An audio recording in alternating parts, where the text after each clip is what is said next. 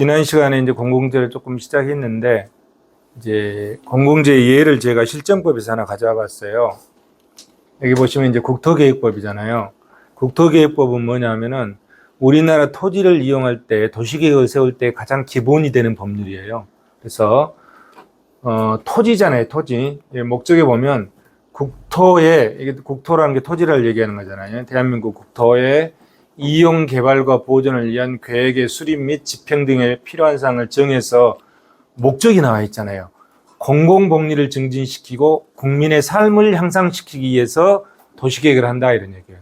그렇게 토지를 이용한다 이런 얘기예요. 그러면서 도시계획을 하는 데 있어서 이렇게 해라 이런 얘기죠. 이렇게 교통시설, 공간시설, 유통공급시설, 공공문화체육시설, 방제시설, 보건위생시설, 환경기초시설, 이렇게 이거를 도시 기반시설이라고 하거든요. 성남시라고 하는 도시가 원활하게 돌아가기 위해서는 이런 시설들이 다 있어야 된다 이런 얘기죠. 이런 시설들이. 그래서 토지와 관련된 공공재예요. 이게 다. 우리가 지금 공공재를 공부하고 있잖아요. 그러면 국방군사에 관한 사업, 그거는 이제 국방과 관련 법률에 나와 있겠죠. 그럼 그 분야의 공공재인 거고, 모든 토지와 관련된 공공재는 여기에 나와 있는 거죠. 이런 게 다 공공재예요. 그런데 여기 보시면 공공재라는 명칭이 하나도 안 써 있잖아요. 그죠? 공공재라는 명칭은 뭐냐면 학문적인 용어일 뿐이고 실정법에서는 다른 용어들을 이렇게 쓰고 있는 거죠. 근데 이런 것들이 다 뭐다? 공공재다. 이 중에 보면은 요즘 이슈가 되어 있는 게 자동차 정류장. 성남 야탑에 가면은 성남 시외 고속 종합터미널이 있어요. 그 터미널에 있어. 야탑에 가면은. 성남 분당 신도시를 개발할 때 거기다가 터미널을 넣었어요. 터미널에서 있는데 작년 1월 1일인가요? 2023년 1월 1일인가 폐쇄를 했어. 터미널을. 이건가요? 폐쇄를 했어요. 터미널을.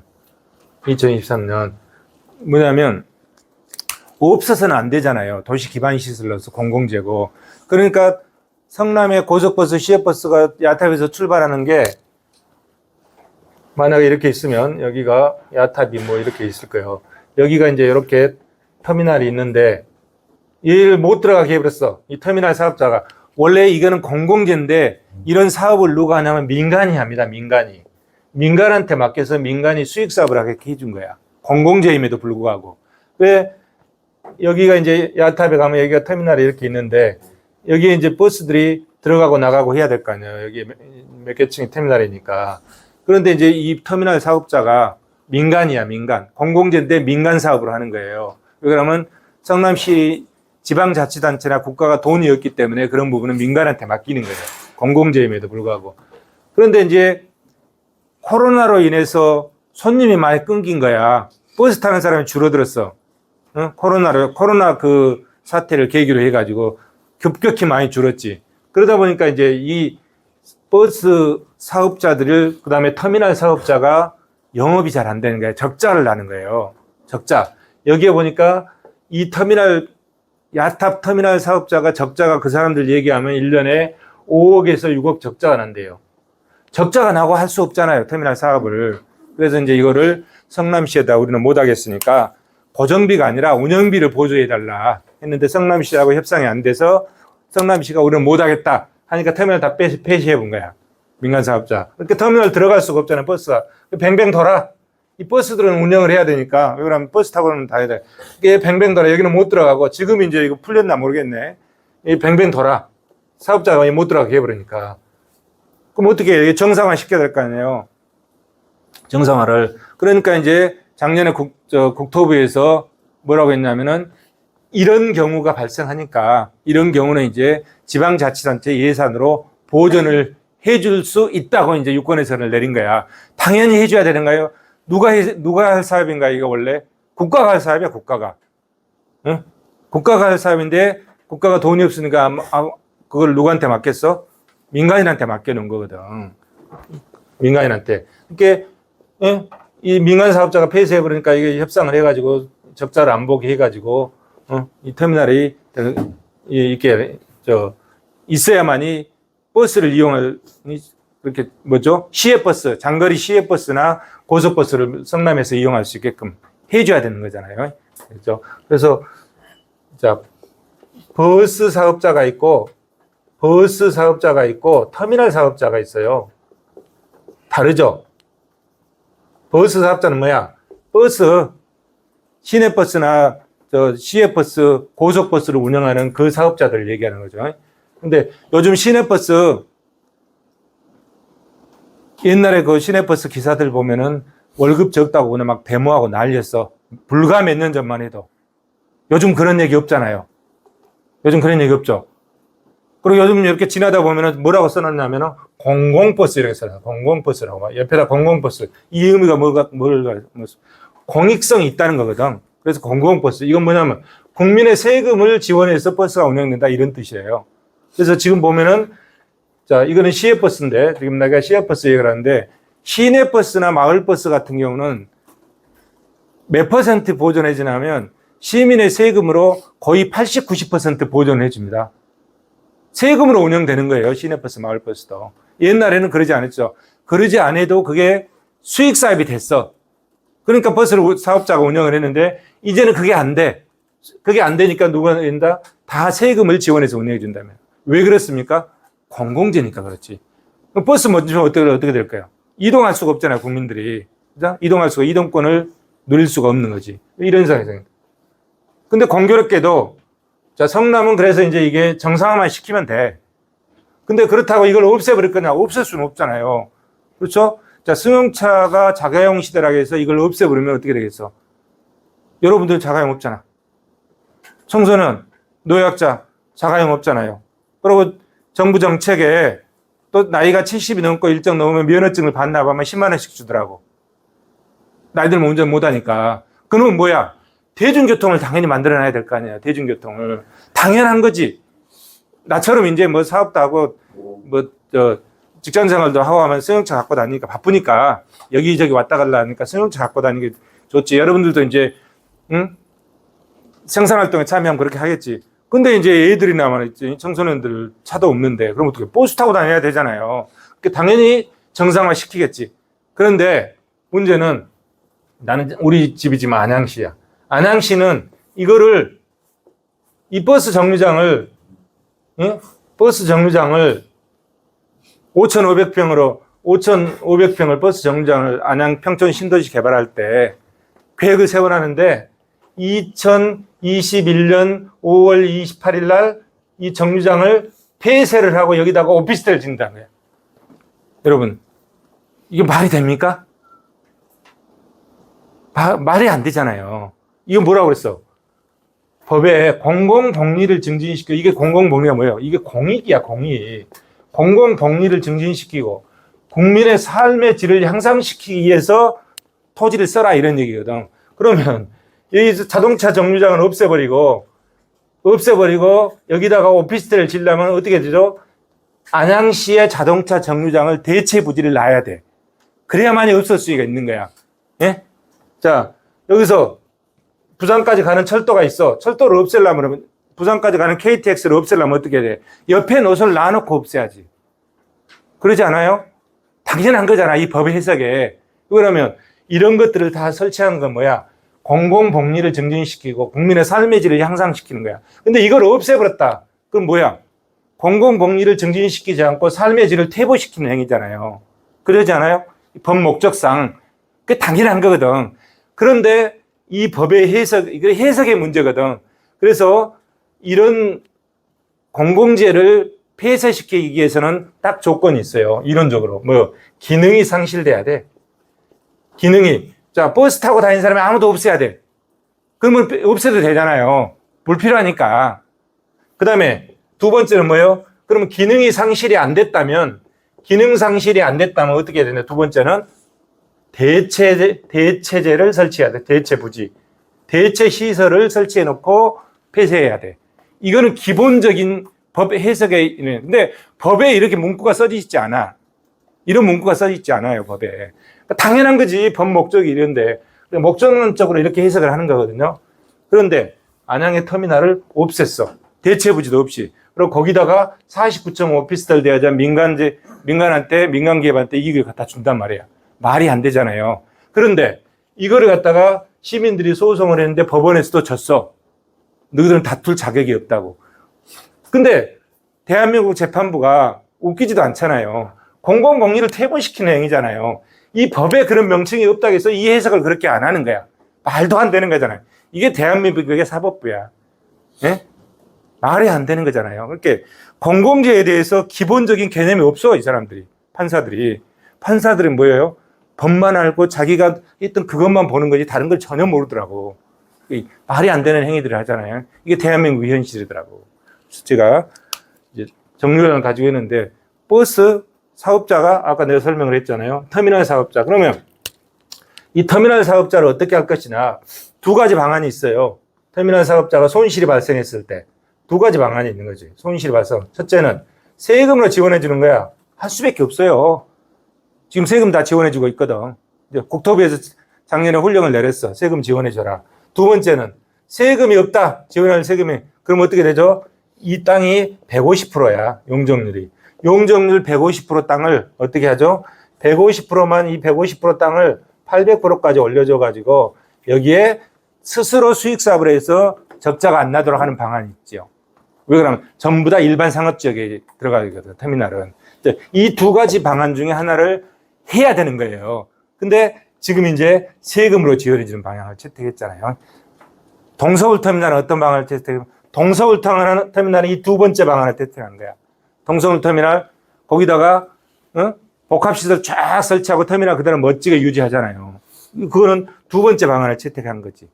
근데 대부분 이제 두 번째 방안이 어려운 경우는 첫 번째 세금으로 지원해 준단 말이야. 왜? 뭐 때문에? 공공재이기 때문에 그렇다. 공공재이기 때문에. 그래서 이런 부분을 공무원들이 정확히 보고 법 해석을 정확히 하고 또 이거에 대해서 문제점이 생겼을 때 사법부가 정확한 기준을 가지고 재판을 해야 되는데 현실은 거기에 못 따라가는 것 같아요. 그래서 여기 보면 7가지 이게 들어갔다. 이걸 도시 기반 시설이라고 하는데 이런 것들이 다 뭐다? 공공재다. 공공재. 공공재는 학문적 개념이기 때문에 여기에 공공재라는 표현이 아무것도 없어. 그렇지만 이 공공재를 다룰 때는 어떻게 한다? 재정학에 나오는 공공재 이론을 정확히 적용을 해줘야 된다. 여러분들 공무원이 되든지 여러분들 나중에 이제 공부해가지고 검사나 판사가 되든지 이 법 해석이나 공공재에 대해서 명확히 해석을 해야 된다. 해석이 안 되는 거예요. 자, 좀 제가 저번 시간에 보완에 좀 설명을 했고, 자, 여기는 이제 또 설명을 했죠. 공공재. 자, 공공재가 뭐다? 잠깐 보고 넘어가죠. 비경합성과 배제 불가능성을 가지고 있다. 뭐, 이런 것들이죠. 지난 시간에 여기서 설명했고, 이것도 지난 시간에 설명을 했던 것 같아요. 공공재 발전. 자, 이제 여기서 더 설명을 하죠. 공공재의 특성에서 비경합성이야. 공공재는 비경합성. 한 개인이 추가적으로 소비에 참여해도 기존의 소비자들이 얻는 편익이 감소하지 않으므로 소비의 경합이 발생하지 않는다. 소비에. 자, 등대. 자, 바닷가에 등대를 설치해 놨어요. 등대. 이거 공공재잖아요. 그러면은 어떤 배든지 무트로 들어오면서 이 불빛을 보고 무트를 찾아오잖아요. 그죠? 그러면 돈 안 냈다고 자, 이 불빛 못 보고 못 찾아오게 하는, 그러지 않잖아요. 한 사람이 찾아오는데, 그 옆에 배도 찾아오는데 소비가 줄어드나요? 그러지 않잖아요. 이런 걸 뭐라 한다? 비경합성이라 한다. 그런데 옛날에는 이 등대를 불빛으로 했잖아요. 지금도 불빛해요. 요즘 등대는 뭐로 합니까? 전파로 해요, 전파로. 전파로 쏴준다고, 등대가. 전파로 쏴줘서 여기가 암초가 있는지 없는지 그걸 표시를 해준다고, 등대는. 아마 여러분들 혹시 그 기사를 본 적이 있는 건가요? 가끔 보면은 이지스 구축함 군함이 막 배하고 부딪혀가지고 옆구리가 있어서 거기에 해군이 몇 명 죽었는 이런 기사가 가끔 나와요. 그런 기사 본 적이 있을 거예요. 말이 안 되잖아요. 1000개의 목표물을 추적하는 이지스 구축함이 아니 상선하고 추돌해가지고 옆구리가 터져가지고 군인이 몇 명 죽었다. 말이 안 되는 현상이 발생하잖아요. 도대체 저런 현상이 왜 발생할까? 다 전파가 있고 뭐 다 할 텐데 근데 이제 보니까 그 사람들은 함정이 지나갈 때는 자기의 위치를 숨기기 위해서 어떤 때는 꺼놓고 다닌대요. 꺼놓고. 그러면 옆에 배가 있는지 없는지 모르는 거야. 예? 옆에 지나가는 배가. 그러니까 부딪힌다는 거예요. 아, 그래서 그렇구나. 예? 가끔 보면 그런 몇 년에 한 번씩 그런 사고가 생겨요. 예? 그래서 지금은 등대가 뭐다? 불빛으로만 하는 게 아니라 전파로 한다. 근데 전파로 하면 전파는 배제성이 있는 거죠. 그죠? 배제시켜서 쓰는 거죠. 왜? 저기에 가입 안 하면은 전파를 못 받잖아요. 가입한 것만이. 근데 이 불빛은 가입하든 안 하든 눈에 뻔히 보이는데 뭐. 이렇게 비경합성과 비배제성이 있는 거지. 근데 지금 이제 전파로 하는 거는 조금 성격이 다르다. 이런 얘기예요. 자, 비경합성. 그러면 여기서 보면은, 자, 이 식에서 한번 볼까요? 자, 이 식에서 보면 뭡니까? Q는 이거로 N의 알파분의 X잖아요. 그러면 X가 뭐야? 재화의 총 생산량이죠. 재화의 총 생산량을 N은 뭐요? 소비자, 사람 수로 나눈 거거든요. 사람 수로. 그러면 여기서 만약에 알파 값이 0이다. 알파가 0이다. 그럼 모든 것의 0은 뭐죠? 0인가요? 자, 모든 것의 0은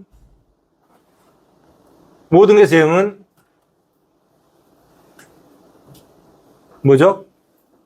알파의 n의 영승은 뭐예요? n의 영승은 1인가요? 1이죠? 1이네. 1. 그러면은 어떻게 돼? 알파가 0이면은 1분의 x니까 x.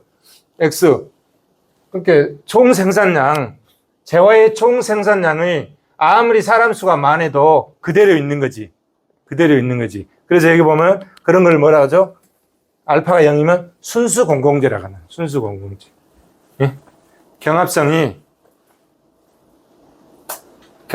하나도 없는 거지. 이렇게 비경합적인 거지. 만약에 알파가 1이면 뭐야? 알파가 1이면 x를 n으로 나눈 거잖아요. 그죠? 그러면은 x가 자, 총 생산량인데 참여하는 사람 전체 수로 나눠. 그러면 우리나라 국민이 5천만이면 5천만 분의 1, n분의 1로 나누는 거잖아요. 5천만 명이잖아요. 그 뭐야? 다 개별적으로 쪼개진 거죠. 그래서 A가 1일 때는 뭐라고 그러죠? 순수 사척제라고 한다, 이거. 응? 순수 사척제. A가 1이면, 알파 값이 1이면 순수 사척제. 그러면 이 알파 값이 0과 1 사이에서 있겠지. 0과 1. 그럼 0에 가까우면 뭐냐? 아까 0일 때 뭐라고 했죠? 순수 공공재라고 그랬죠. 0에 가까우면 준공공재. 1에 가까우면 준사적재라고 한다. 그래서 자, 순수 공공재, 준공공재, 준사적재, 그 다음에 사적재. 이렇게 구분하는 거죠. 이렇게. 그래서 이 알파 값에 따라서 경합성의 정도를 이 알파 값에 따라서 구분해 보면 네 가지로 구분된다. 순수 공공재. 0이면은 순수 공공재. 0에 가까우면 준공공재. 1이면은 순수 사적재. 1에 가까우면은 알파 값이 1에 가까우면 준사적재. 이렇게 구분한다는 거죠. 비경합성. 순수 공공재는 비경합적이다 이런 얘기지. 경합적이다. 비경합적이다 이런 얘기고. 그다음에 이제 비경합성에서 보면 자, 사적재. 이 사적재는 우리가 미시경제에서 배웠던 게 뭐죠? 다 사적재잖아요. 사적재는 수요곡선이 이렇게 DA 수요곡선이 이렇게 있고 DB 수요곡선이 이렇게 있으면 이 두 개의 수요곡선은 뭐죠? 수평으로 더하는 거죠. 자, 여기서 이렇게 공급곡선이 있으니까 여기죠. 여기서 균형이 이랬다는 거잖아요. 그러면 DA의 수요곡선은 자, 여긴가요? 가만히 있어봐. 갑자기 헷갈린다. 자, 주어진 가격에서 주어진 가격에서 시장 경제는 가격이 시장에 주어지잖아요. 그럼 주어진 가격에서 D1의 수요 곡선이면 요거죠. 그러면 여기잖아요. 여기죠. 그러면은 이만큼 수요한다는 거잖아요. OX 이게 뭐야? 원이야? 네. 그 다음에 D2의 수요 곡선은 여기죠. 여기죠. 이렇게. 그럼 여기잖아요. 여기죠. 이 가격 수준에서 이만큼 수요한다는 거죠. 이만큼. 그러면은 자 시장 수요 곡선은 어떻게 되는 거야? DA와 DB 두 사람 거를 합치는 거잖아요. 여기에다가 이걸 합치니까 이만큼 더 오는 거죠. 그러니까 요만큼 되는 거지. 그래서 여기가 DA 플러스 DB의 수요 곡선이 되는 거죠. 수평으로 합쳤잖아요. 수평으로. 이것하고 합쳐놓은 거죠. 그것이 이만큼이 된 거지. 응? 이만큼이 된 거잖아요. 그래서 사적제의 시장 수요 곡선은 수평을 합친다. 왜? 가격은 시장에서 주어진 것으로 받아들이잖아요. 그죠? 그래서 P스타의 가격에서 수평을 하다. 공공재는 어떻게 하냐? 공공재는 봅시다. 공공재는 이 비경합성의 특성 때문에 시장에서 공공재가 이렇게 주어져 있어. 그죠? 시장에서 공공재가 이렇게 사적재는 가격이 주어져 있었잖아요. 근데 공공재는 공공재가 시장에 주어져 있는 거야. 공공재가 이렇게 주어져 있어. 그러면 A의 수요 곡선은 이렇게 되죠. A의 수요 곡선은 이렇게 되지. 그 다음에 B의 수요 곡선은 이렇게 되죠. 그러면 A의 수요 곡선은 A의 공공재 가격은 이만큼 되는 거죠. B의 공공재 가격은 이만큼 되는 거죠. 두 개를 합쳐놓으면 이 두 개를 합쳐놓으면 높이를 합치면 이만큼 되는 거지. 이만큼 되는 거지. 수요 곡선은 어떻게 합쳤나요? 수직으로 합쳤잖아요. 수직으로 합쳤단 말이야. 그러면 이건 뭔 뜻이냐면 A라는 소비자는 공공재를 이만큼 소비하고 B라는 소비자도 공공재를 똑같이 소비해. 등량 소비하는 거야. 공공재를. 등량 소비하는데 A는 공공재를 여기서 이만큼 소비하고 그 대가를 이만큼 낸다 이런 얘기야. PA의 가격만큼 대가를 지불해. 이걸 뭐라고 그러죠? 조세 가격이라고 그러죠. 공공재 사용에 대한 대가, 조세 가격. B라는 소비자는 공공재를 똑같이 등량 소비하니까 이만큼 소비하고 가격을 얼마만큼 부담하죠? PB만큼 가격을 부담한다. 그러면 두 사람 가격을 합친 것이 요거이 되는 거죠. B스타가 되는 거지. 그래서 공공재의 수요 곡선은 뭐다? 공공재가 주어진 것을 등량 소비하기 때문에 수직으로 합친다. 조세 가격을 달리 부담한다. 이렇게 표현하는 거고, 사적재의 수요 곡선은 민간 시장에 가격이 주어진 것을 그대로 가격 순응자잖아요. 가격 순응자로 가격을 받아들이기 때문에 수요 곡선을 어떻게 합친다? 수평을 합친다. 이런 얘기죠. 이런 차이가 있습니다. 공공재하고 사적재의 수요 곡선의 차이입니다.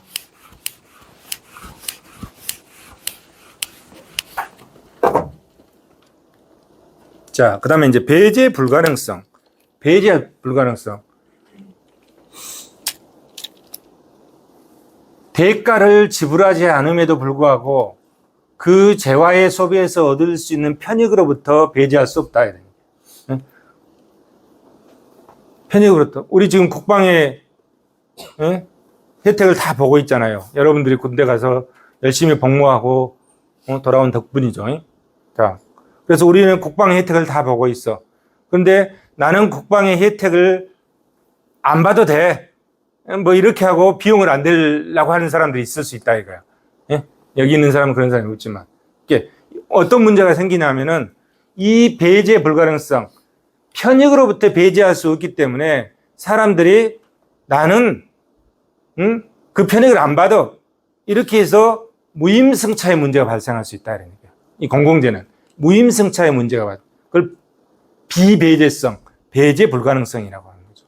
당연히 그렇잖아요. 근데 대부분의 사람들은 여러분들 안 그렇지. 그런데 간혹 그런 사람도 있을 수 있다 이렇게.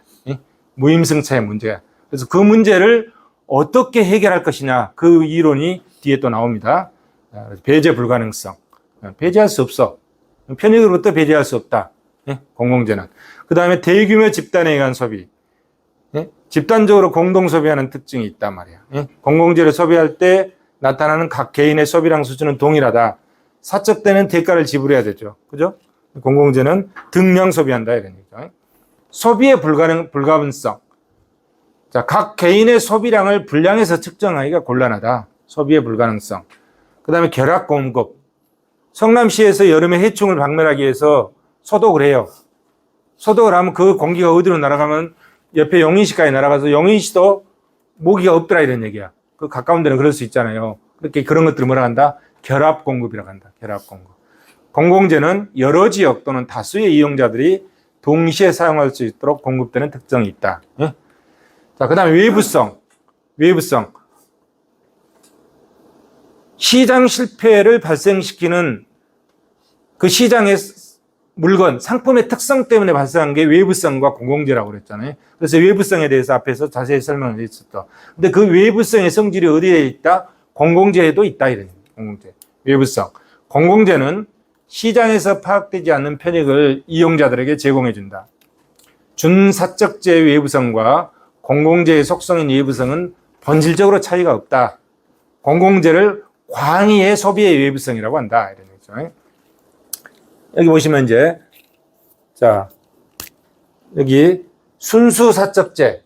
순수사적재. 외부성이 전혀 없다. 그러면 이렇게 되겠죠. 한계 편익. 개인의 한계 편익은 사회적 한계 편익과 같다. 이런 얘기죠. 개인의 한계 편익과 사회적 한계 편익. 그건 뭐예요? 외부성이 없기 때문에 그런 거지. 외부성이 없으니까. 이런 걸 뭐라 하다? 순수사적재라고 한다. 순수사적재.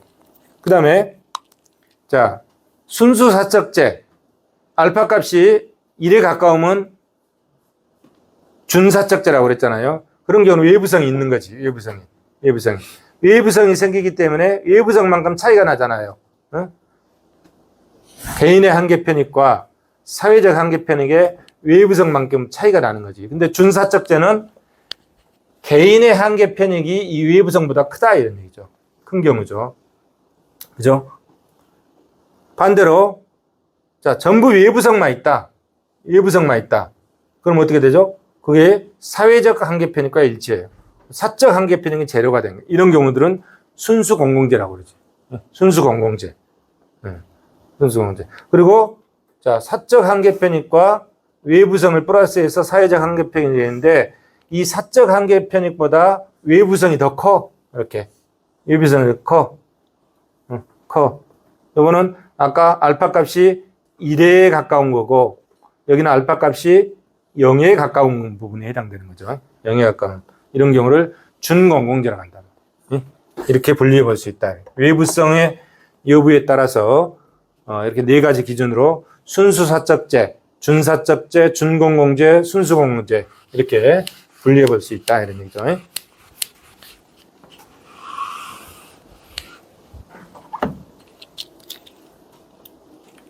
자, 공공재 외부 효과에 대해서 여기 또 설명하고 있죠. 자, 순수사적재 같은 경우는 순수사적재, 여기 지금 수요곡서에 나와 있잖아요. 사적인 한계 편익과 사회적 한계 편익이 일치한 거죠. 외부성이 없는 거잖아요. 외부성이 없다 이렇게 순수사적재. 그림을 표시하면 이렇게 되죠. 그러면 이제 공공재는 어떠냐? 공공재는 외부성이 있는 만큼이 차이가 나는 거죠. 이 외부성, 이 높이만큼. 그 다음에 사적 한계 편익, 이게 자 외부성이 이 높이이고 사적 한계 편익이 이 높이입니다. 그 두 개를 합치는 게 사회적 한계 편익이 되는 거죠. 그래서 사회적 한계 편익은 이만큼, 사적 한계 편익은 그 밑에 있다. 이렇게 된다 이런 얘기죠.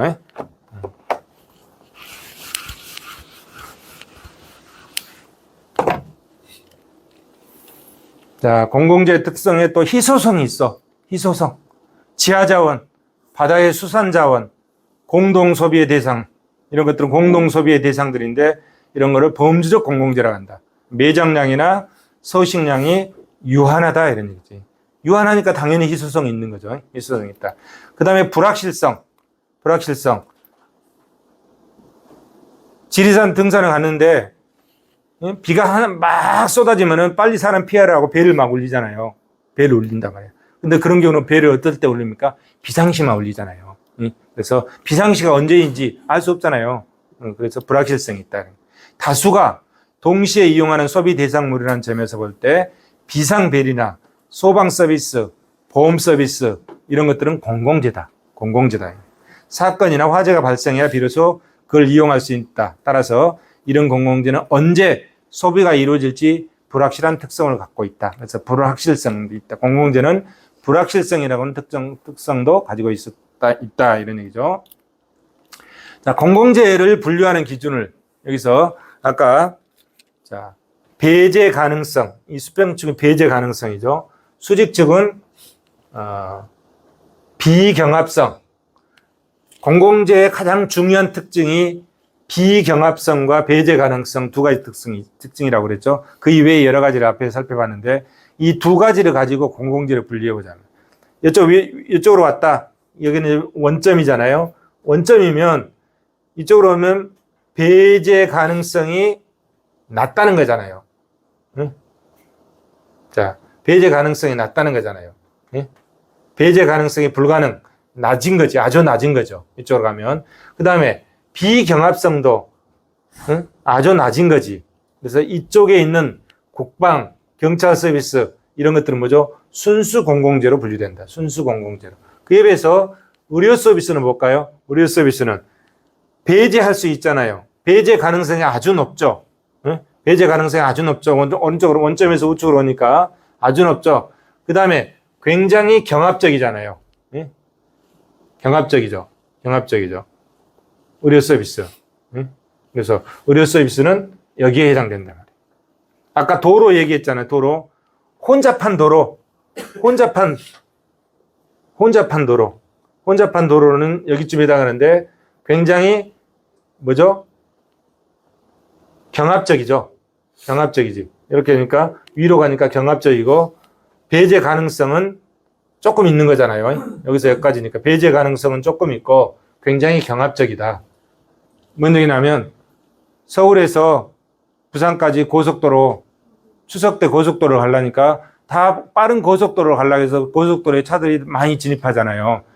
정체된다며, 정체가. 그래서 정체를 경합이 생기는 거죠. 혼잡이 생기고 경합이 생기잖아요.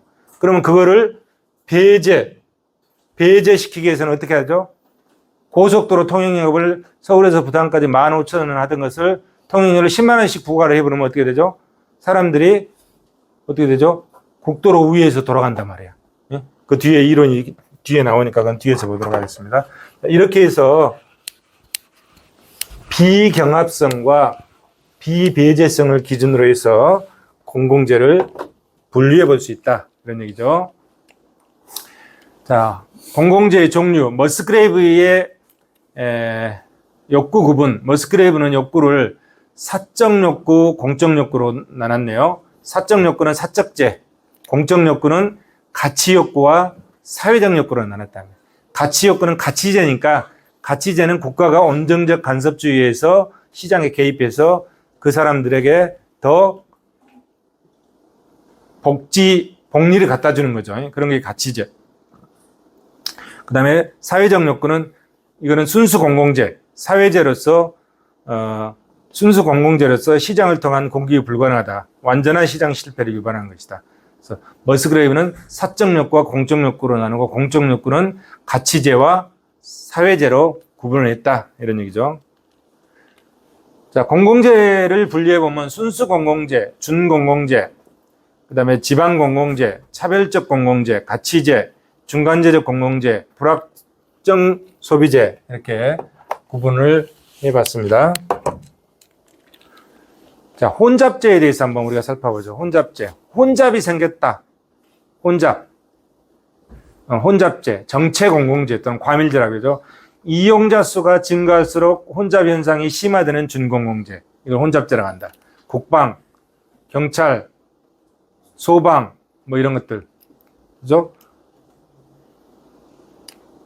인구가 증가하면 국민 각자가 누릴 수 있는 국방과 치안 서비스 혜택이 줄어들죠. 그래서 인구 몇 명당 경찰 몇 명, 인구 몇 명당 군인 몇 명, 이렇게 비교해 볼 수 있는 거잖아요.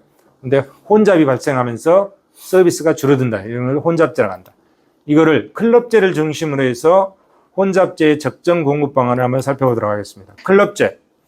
이용자 수가 증가할수록 기존 이용자가 얻고 있던 편익이 감소한다.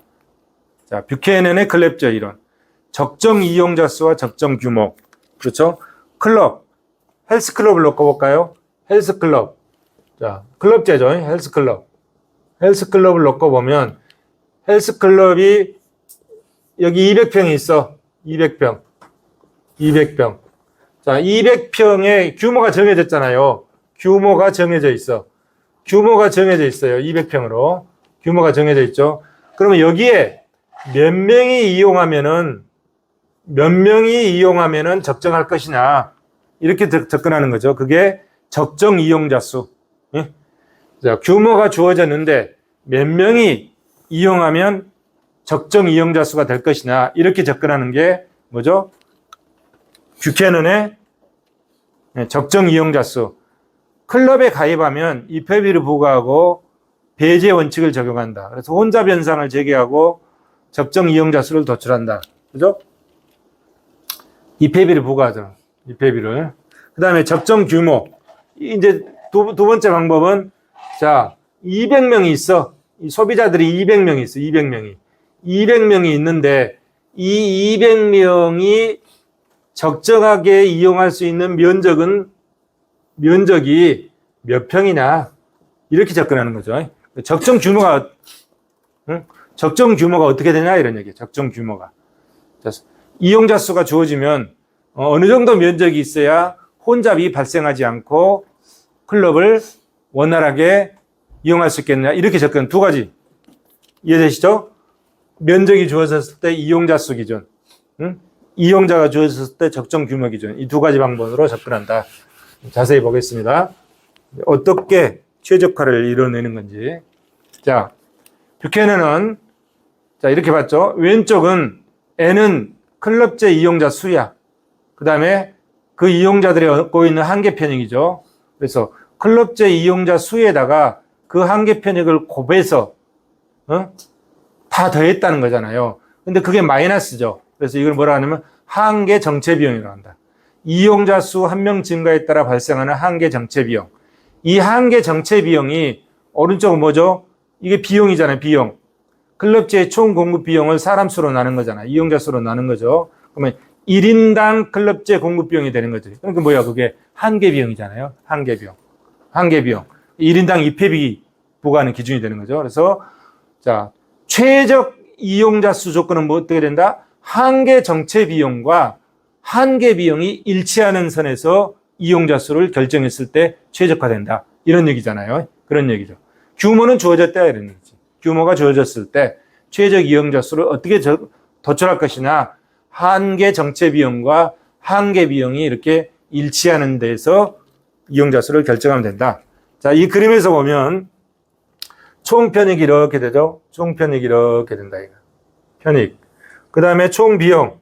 총 비용이 여기죠. 총 비용이 이렇게 된다. 이거예요. 총 비용이 이렇게 되면은, 자, 총 편익을 미분하면은 뭐야? 한계 편익이잖아요. 총 편익을 미분하면 한계 편익이죠. 그리고 총 비용을 미분하면은 한계 비용이죠. 한계 비용이죠. 그러면은 이 한계 편익과 한계 비용의 기울기가 서로 같으면 일치하는 거잖아요. 그래서 MB는 MC. 일치하는 게 되잖아요. 그 일치하는 선에서 이게 뭐죠? 이 갭이 제일 넓어진다. 갭이 제일 넓어지면. 이 갭이 뭐야? 순편익이잖아요. 순편익이 극대화된다. 이런 얘기잖아요. 이렇게 해석하면 될 것 같습니다.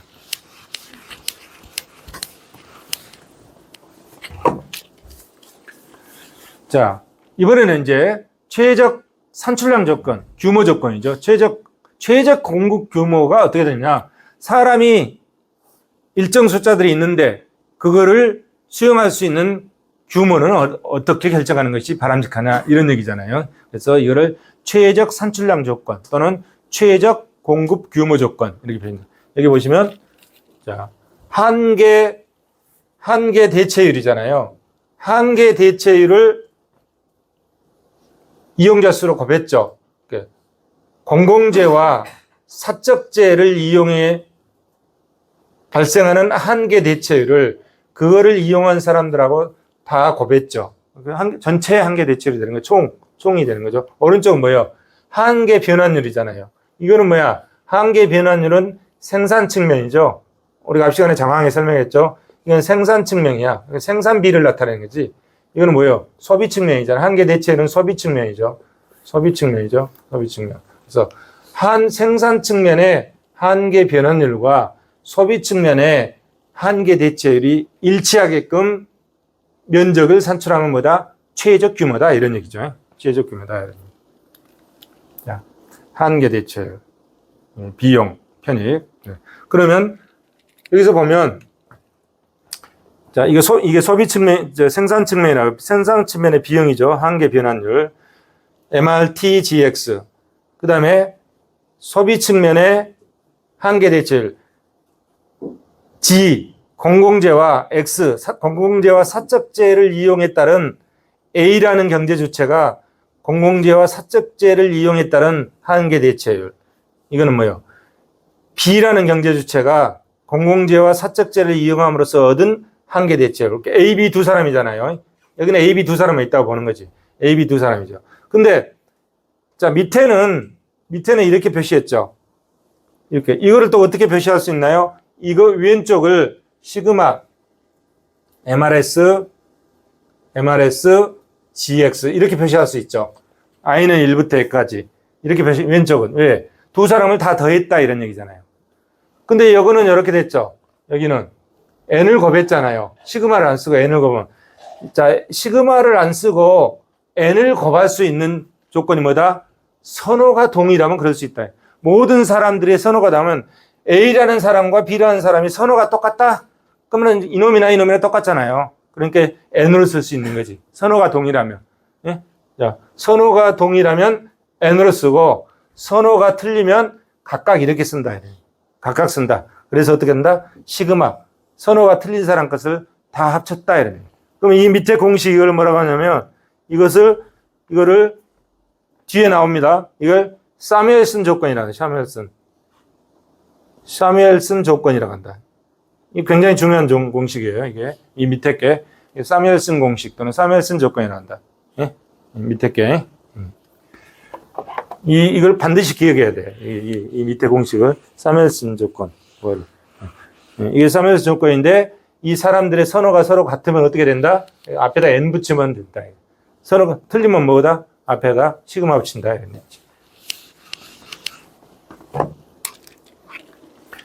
자, 최적 배분 조건. 그러면 그 두 개를 이제 합쳐놓은 거예요. 이게 맞는지 틀린지 저도 잘 모르겠어. 근데 한번 내가 합쳐봤어. 합쳐보니까 이렇게 해도 될 것도 같아요. 아까 이게 뷰캐넌이잖아요. 뷰캐넌의 최적 이용자 수 조건 이렇게 돼 있었잖아요. 한계 정체 비용. 이게 한계 정체 비용. 이거는 뭐예요? 한계 비용이잖아요. 그러면 최적 산출량 조건에서 사뮤엘슨 조건이죠. 요거요. 요게 사뮤엘슨 조건이지. 이 식이. 이게 사뮤엘슨 조건인데 선호가 서로 똑같다고 하니까 그냥 앞에다 n을 붙일 수 있는 거죠. 선호가 A, B 두 사람의 선호가 동일하면 앞에다 n을 붙일 수 있단 말이야. 근데 거기에 또 공공재 한계 비용이 일정하다고 보면 이렇게 바꿀 수 있어요. 이 식을. 총 비용 C는 G, MRT, GX. G는 공공재의 산출 조건이다. 그러면 이 두 식을 합쳐보면 이렇게 되죠. 그러면 이건 뭐예요? 최적 이용자 수뿐만 아니라 최적 규모까지도 최적화시킨 거다. 이렇게 논리를 전개할 수 있지 않을까 생각이 됩니다.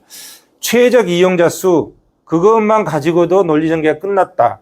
최적 규모, 그것만 가지고도 규모 측면 논리 전개가 끝났다. 두 개를 합쳐놓은 것이 이거다. 근데 이 둘을 합쳐도 되는지 잘 모르겠어요. 아무튼 합쳐봤어요. 여러분들이 잘 연구 한번 해보세요.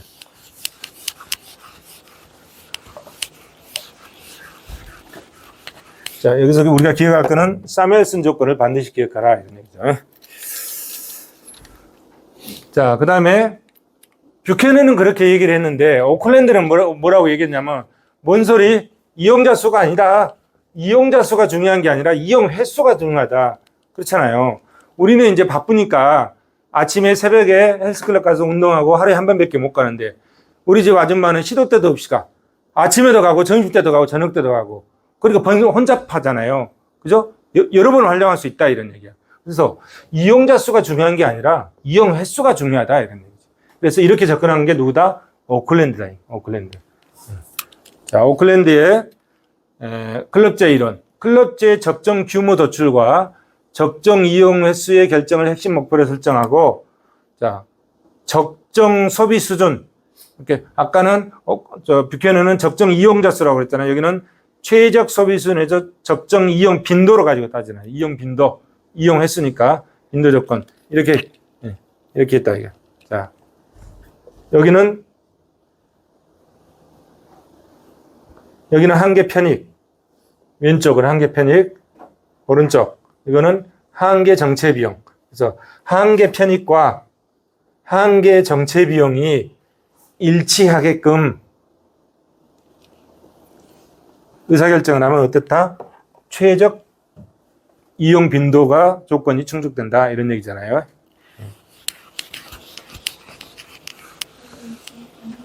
그 다음에 규모 측면에서 규모를 들어가기 전에 최적 이용자 수에서 계속 보죠. 혼잡 공공재의 경우, 혼잡 공공재는 효율적인 자원 배분을 도모하는 가격은 사용재와 경우와 같이 모든 소비자에게 동일하나 가격은 총 수요는 각 개인의 한계 편익의 수직합으로 순수 공공재의 경우와 같다. 혼잡 공공재가 이런 가격과 총 수요 곡선은 수직을 합친다고 그랬잖아요. 그래서 순수 공공재와 경우와 같다. 따라서 혼잡 공공재는 사용재와 순수 공공재의 성질을 동시에 갖고 있다. 왜 사용재의 성질을 갖고 있다고 그러나요? 가격으로 표시할 수 있기 때문에. 순수 공공재는 수요 곡선을 수직으로 합쳤기 때문에. 그래서 그 중간적인 영역에 있는 것이 뭐다? 혼잡 공공재다. 사적재와 순수 공공재의 중간재적 영역이다 이런 얘기. 그래서 다른 얘기를 하면 뭐예요? 준공공재다 이런 얘기야. 준공공재다 이런 얘기죠. 정부가 각 소비자에게 한계 혼잡 비용에 해당하는 조세를 부과하면, 자, 그럼 어떻게 해결할 것이냐? 조세를 부과를 통해서 해결한다. 혼잡이 발생하면 뭐다? 조세를 부과해서 해결하겠다 이런 얘기죠. 파레토 효율의 자원 배분은 경쟁적 기구를 통해서 달성한다. 후생 경제의 제2정리죠. 그럼 고속도로 건설의 경우에 순수 공공재 적정 규모 공급 방식과 마찬가지로 고속도로 이용자의 한계 편익의 합과 고속도로 건설의 한계 비용이 일치하도록 결정하면 된다. 효율적 이용을 유도하는 통행료를 부과하고 적정 규모로 건설되는 고속도로 이용에 있어서 효율적 이용을 유도하는 통행료를 부과한다. 자, 이 그림을 통해서 한번 봐보죠. 이 그림이 굉장히 재밌잖아요. 이 그림을 보시면, 자, 그림 보이시죠? 여기가 이용자 수야. 이용자 수. 그 다음에 이게 가격이잖아요. 가격이죠. 그러면, 자, 0에서부터 H0까지, 여기까지. 혼잡이 하나도 없는 거야. 혼잡이 발생하지 않았어. 전혀, 서울에서 부산까지 자가용 타고 가는데 시속 110km인가요? 100km인가요? 100km 슉 갈 수 있다 이러냐. 혼잡이 전혀 없어. O에서 H0까지. 근데 여기서부터 이제 혼잡이 생겼잖아요. 혼잡이 생겨가지고 사적 한계 비용과 사회적 한계 비용이 달라지기 시작했다. 그래서 사적 한계 비용이 이렇게 왔어. 근데 사회적 한계 비용은 이렇게 왔어. 그러면 어디에서 일단 혼잡이 발생하고 나면 어디가 시장 균형이고 어디가 사회적 균형이냐 이걸 찾아보자. 먼저 시장 균형. 자, 시장 균형. 시장 균형은 뭐라고 그랬습니까? 시장 균형은 PMB는 PMC죠. 사적인 부분이죠. 사적인 부분. PMB는 PMC다. 그럼 뭐야? 수요 곡선이 하나만 주어졌잖아요. 수요 곡선 하나만 주어졌기 때문에 이건 뭐야? 이 수요 곡선 D는 PMB는 SMB하고 같다. 이런 전제를 깔고 있는 거죠. 자, 그러면 수요 곡선은 PMB고, 자, 공급 곡선은 PMC니까 어디요? 여기잖아요. 여기죠. 이 일치하는 점이 여기죠. 자, 이 일치하는 점이 여기다. 그럼 여기가 시장 균형이야. 그러면은 시장에다 가만 놔두면 승용차가 몇 대가 움직이냐면 5에서 H2까지 움직이는 거야. 그러니까 너나 없이 경부고속도로 승용차 갖고 들어왔어. 너무나 복잡한 거야. 5시간 걸리던 것이 10시간 걸리게 생겼네. 10시간 걸리게 생겼어. 그러면 사회적 균형 어딘가 좀 봅시다. 사회적 균형 두 번째. 사회적 균형. 사회적 균형. 사회적 균형은 뭐야? SMB는 SMC죠. SMC. SMB가 이거잖아요. SMB가 이거죠. SMC가 이거죠. 그럼 여기다. 여기다 말해. 이게 A점이죠. 그러면은 사회적 균형은 경부고속도로의 승용차가 이만큼만 통과를 해야 돼. 그러니까 얼마야? 이 H1에서 H2만큼 이게 뭐야? 초과 공급이 돼서 초과 공급. 승용차가 너무 많이 들어와 버렸어, 고속도로에. 그러면은 너무 많이 들어온 이 고속도로에 승용차를 어떻게 할 것이냐 이거야. 어떻게 경부고속도로가 쌩쌩 달리게 만들어줄 것이냐. 최소한 100km는 못 달려도 80km는 달려도 그렇게 만들어야 될 거 아니야. 그게 사회적 균형이다. 이래. 그럼 어떻게 합니까? 이 시장 균형을 사회적 균형과 일치시켜주는 거죠. 이 시장 균형을 사회적 균형에 일치시켜주는 거죠. 그럼 어떻게? 이 PMC 곡선을 여기다가 뭐죠? 세금을 부과하는 거야, 세금을. 세금을 부과해서 PMC 곡선이 이 위로 올라오게끔 하는 거죠. PMC 곡선이 세금 부과한 만큼 이 위로 이렇게 올려, 이렇게 빨간색으로 이렇게 올라오는 거지. 여기 세금 부과했잖아요. PMC에다가. 그럼 이게 PMC 곡선이 되는 거야. 세금 플러스 했으니까. 그럼 이 PMC 곡선과 이 PMB 곡선이 접하면 여기가 어떻게 되죠? 이게 시장 균형이, 새로운 시장 균형이 되는 거죠. PMC 플러스 T는 뭐요? PMB가 되는 거지. PMB. 그렇죠? 그러면 이 시장 균형이 사회적 균형과 일치시켜야 되는 거지. 그죠? 그러면 여기서 승용차 통행량이 여기서부터 OH1까지 이렇게 오는 거지. 이렇게. 이해되시죠? 이렇게 하는 거죠. 무엇이 이 역할을 해줬습니까? 무엇이 시장 균형을 사회적 균형에 일치시키게 만들었냐? 세금이 이렇게 만들었다. 여기서 고속도로니까 뭐야? 통행료를 확 올려버리면은 왜? 우회해서 돌아간다. 말 되잖아요. 이렇게 설명할 수 있다. 이런 거죠. 자, 혼잡제와, 결국 뭐죠? 혼잡제와 정부 개입. 이거는 시장에다 맡겨놓으면 시장에서 알아서 안 한다. 이런 얘기야. 누가 해? 정부가 시장에 개입해서, 세금을 부과함으로써 뭐가 되는 거죠? 시장 균형을 사회적 균형에 일치시키는 거예요. 정부가 시장에 개입해서 시장 균형을 사회적 균형에 일치시켜서 어떤 상태로 만드는 거죠?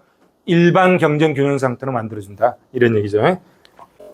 자, 이번에는 오클랜드의 최적 산출량 규모죠. 최적 산출량 조건입니다. 보시면 한계 편익과 한계 비용이 같은 거죠. 한계 편익 왼쪽 한계 편익이고 오른쪽이 한계 비용이다. 같게끔 규모를 결정하면 최적 규모가 된다. 이런 얘기잖아요. 뷰캐넌과 오클랜드의 클럽제 모형이 보여주는 바는 클럽제의 경우도 시장에서 거래가 이루어지는 사적제와 마찬가지로 그 이용자에게 동일한 가격을 요구함으로써 정체를 조절할 수 있을 뿐만 아니라 적정 공급도 실현할 수 있다는 것을 보여주고 있다. 이런 얘기죠. 자, 공공재의 최적 공급 이론을 보도록 하겠습니다. 원래 공공재는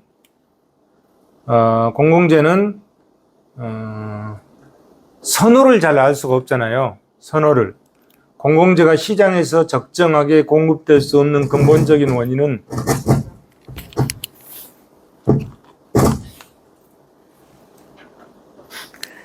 근본적인 원인은 개별 사회 구성원들의 선호를 알 수 없기 때문에 적정 공급이 안 된다 이런 얘기예요. 선호, 즉 수요를 알 수 없다 이런 얘기죠. 그러면은 이론을 전개하기 좀 어렵잖아요. 그래서 만일 공공재에 대한 개별 사회 구성원들의 수요를 정확히 알 수 있다면 시장의 의사결정 원리를 원용해서 공공재를 적정 공급하는 방안을 도출할 수 있겠다 이런 얘기죠. 그래서 시장 메커니즘을 적용해서 공공재의 선호 시온을 가상하여 공공재의 최적 공급 방안을 이론적으로 접근해보자 이런 얘기죠. 자, 접근하는 방법은 능력설적 접근과 이익설적 접근으로 구분해놨죠.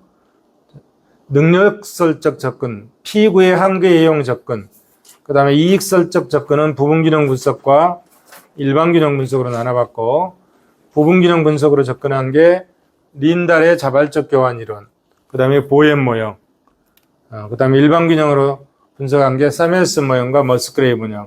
이것을 각각 살펴보도록 하겠습니다. 자, 먼저 능력설적 접근은 뭐고 이익설적 접근은 뭔지 그 구분하는 기준에 대해서 살펴보죠. 능력설적 접근. 공공재 적정 공급이 전체 차원에서 결정된다는 입장이다. 전체, 사회 전체에서 공공재의 최적 규모를 파악해서 적정 공급을 실행함으로써 소요비용 부담은 경제적 능력을 감안해서 결정한다. 개별 사회 구성원의 선호를 반영하지 않는다. 능력설적 접근, 전체 차원에서 접근한다 이런 얘기죠. 그 다음에 이익설적 접근, 공공재의 적정 공급이 개별 사회 구성원의 선호가 수합돼서 결정된다. 개별 사회 구성원들, 전체 차원이 아니라 개별 사회 구성원의 관점에서 접근한다 이런 얘기잖아요. 사회 구성원들이 공공재로부터 얻은 선호만큼 공공재의 사용 대가를 부담한다. 이게 이제 능력설적 접근과 이익설적 접근이고 그 구체적인 방법 5가지를 세부적으로 한번 살펴보도록 하겠습니다. 먼저 P9의 접근법을 보죠. P9는 한계형 체감호 법칙, 한계형 근대호 법칙 등을 재정이론에 원용했다. 자, P9가 보는 거는 능력설적 접근이죠. 한계효용 접근. 이 밑에 그림을 보시면, 그림을 보기 전에 이게 여기 한계는 있다 봅시다. 그림을 보면 수평축이 공공재죠. 여기가 공공재, 수평축이 공공재잖아요. 자, 여기가 공공재고, 자, 수직축은 가격이죠. 가격인데 뭐로 표시했나요? P와 G. P를 여기서 뭐로 표시했죠? P가 사적재, G가 공공재겠죠. 자, P와 G의 한계 효용. 그 다음에 여기는 MDT, 한계 비효용을 나타내겠죠. 사회적 한계 비효용. 자, 한계 효용 곡선은 이렇게 됐잖아요. 한계 효용 곡선이. 그 다음에 한계 비효용 곡선은 0 밑에죠. 한계 효용은 플러스니까 0 위로.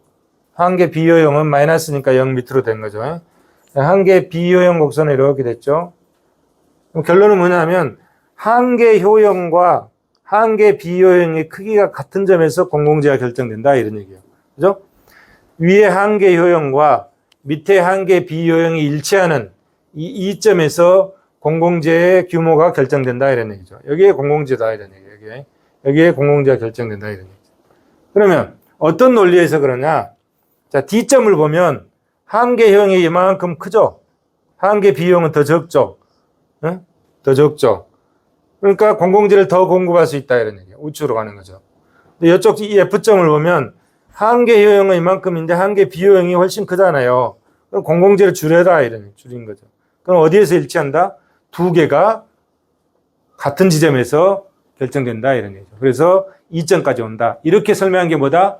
P9의 접근법이다 이런 얘기예요. P9의. 그럼 이것은 어떤 문제점을 가지고 있나 한계점을 봅시다. 가정이 충족되는 가상의 세계에서만 유용성을 가지고 있다. 두 번째, 한계 효용과 한계 비효용이 기수적 측정으로 현실적으로 곤란하다.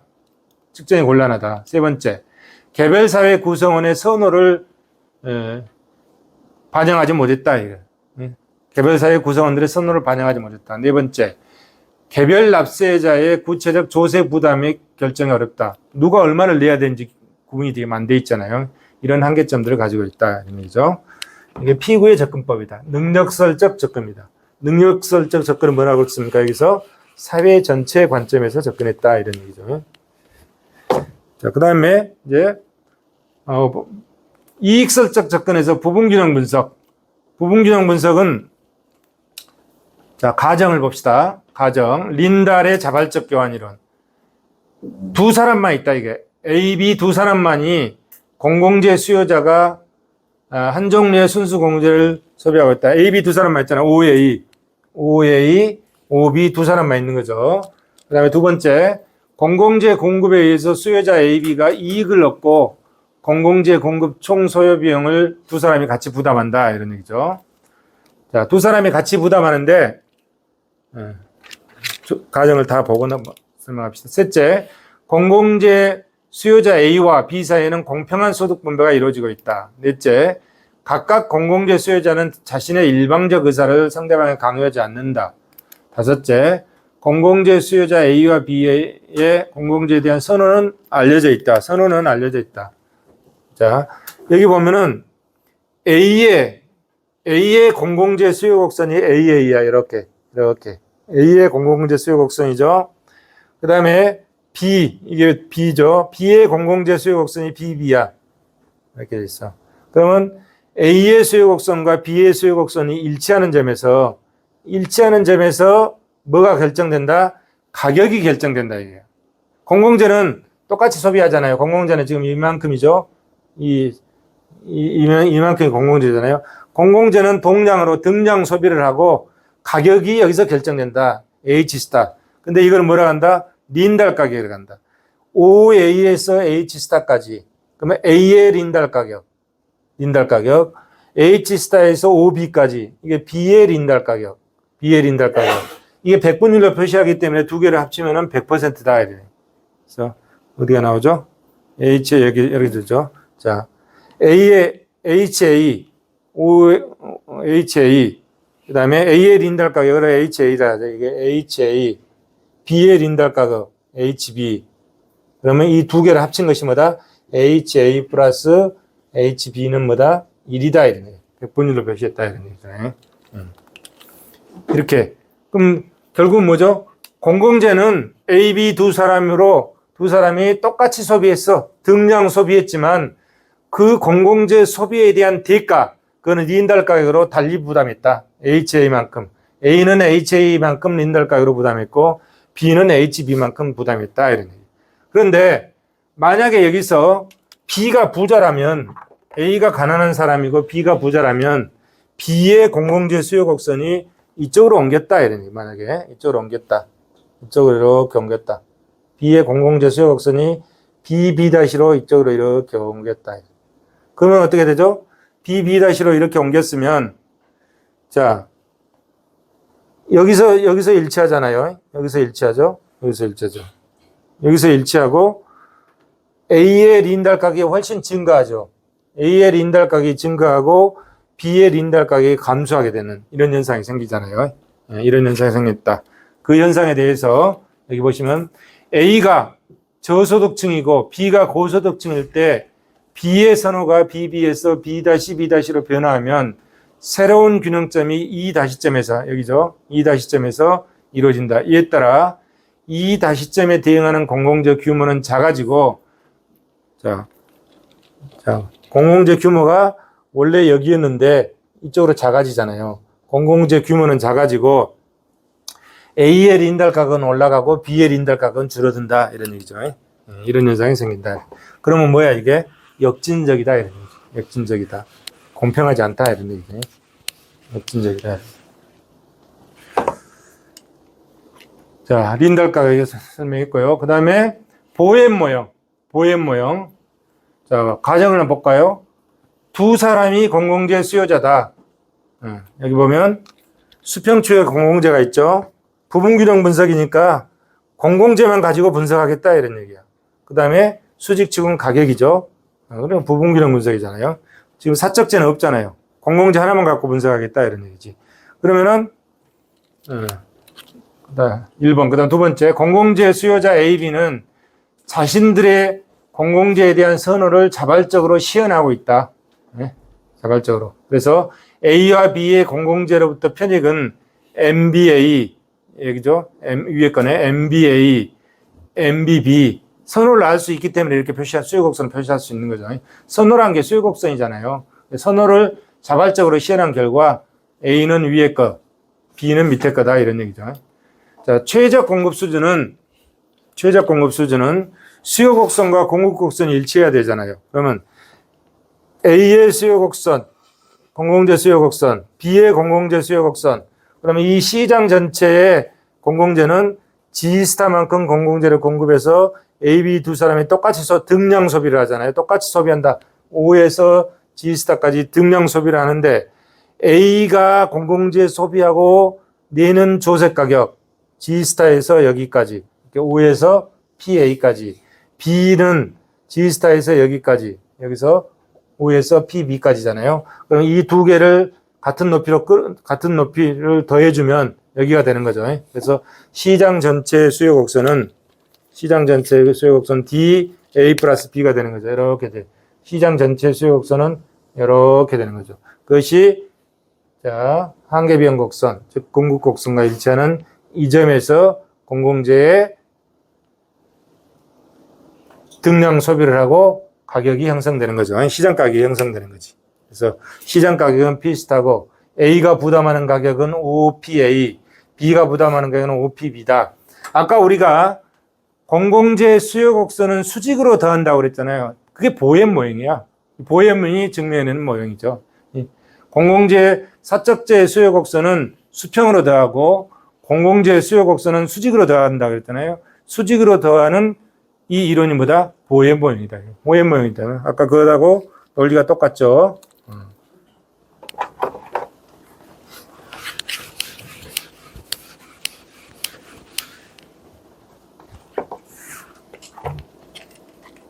자, 이번엔 누구 거냐면 사무엘슨 모형입니다. 아까 사무엘슨 조건이라고 굉장히 중요하다고 그랬잖아요. 사무엘슨 조건이 여기서 나옵니다. 자, 사무엘슨 모형. 한 경제 내에 한정된 자원을 민간 부분과 공공 부분이 적절히 나눈다. 지금 여기서 뭐라고 그랬습니까? 민간 부분, 이게 뭐야? 사적재잖아요. 사적재. X라고 하는 사적재. 공공 부분, 공공재지.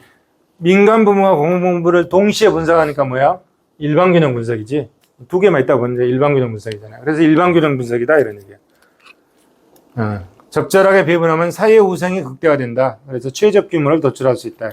가정, 순수 사적재와 순수 공공재가 각각 한 종류만 존재한다. 한정된 가용 자원을 배분하는 것이다. 이런 얘기죠.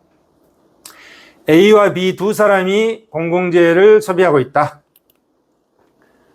두 사람 경제다 이런 얘기죠. A, B 두 소비자가 순수 사적재 소비량은 서로 다르지만 사적재는 서로 다르다. 그렇죠? 사적재 소비량은 뭐 자기 경제력에 따라서 그러니까 다르다 이런 얘기야. 근데 순수 공공재는 똑같이 소비하고 있다 이런 얘기죠. 순수 사적재와 순수 공공재는 완전한 정보를 갖고 있는 한 기업에 의해서 공급되고 있다. 한 기업이 공급한다 이런 얘기고. 순수 공공재 자원 배분은 공공재 소비자 개인적 선호에 의해서 좌우되고 개인적 선호는 이미 알려져 있다고 본다. 그러면 어떻게 하면 최적 공급이 될 것이냐? 효율성 조건. 자, 사무엘슨의 효율성 조건. 요거죠? 요거. 자, 공공재와 사적재를 사용해서 얻은 A라는 경제 주체가 공공재와 사적재를 사용해서 얻은 한계 대체. B라는 경제 주체가 공공재와 사적재를 이용해서 얻은 한계 대체율, 그 합이 뭐하고 같아야 되나요? 비용하고 같아야 된다. 한계 변환율하고 같아야 된다. 그래서 A, B 두 사람의 선호가 틀리잖아요. A, B 두 사람의 선호가 틀리니까 이거 뭐라고 썼습니까? 시그마 MRS GX 이렇게 표시한 거죠. 그것이 비용과 같다. 이런 얘기잖아요. 그러면 이거는 효율성 조건이에요. 효율성 조건. 그럼 공평성 조건은 어떻게 할 것이냐? 공평성 조건은 사회 무차별 곡선과 효용 한계 곡선이 접하는 이 점에서 달성된다. 그래서 그 한계 분배 대체율과 한계 효용 대체율이 일치하는 점에서 최적 중에 최적이란다. 우리가 첫 시간, 둘째 시간에 그랬던 그림이 이 그림이죠. 자, 둘째 시간에 그랬던 그림이 이 그림이에요. 이제 이따가 볼 겁니다. 한번 살펴보도록 할게요. 자, 이 그림에서 이제 여기서 보면 이게 사무엘슨 설명이죠. 자, 앞에서 이제 조건을 다시 설명했으니까, 자, 이 경제 전체에서 공공재가 여기야. 그러면 사적재가 여기에요. 그러면 공공재와 사적재를 생산 가능 곡선이 이렇게 주어져 있어요. 이 사회 전체의 생산 가능 곡선이 이렇게 주어져 있어요. 이렇게 주어져 있다. 그러면 이 사회 전체는 두 사람만 있다고 했잖아요. A, B 두 사람만 있다고 그랬죠. 그럼 여기 밑에는 여기가 A고 여기 B야. 그럼 A는 자 A 입장에서 보면 A의 무차별 곡선이 IA1 이게 IA1이죠.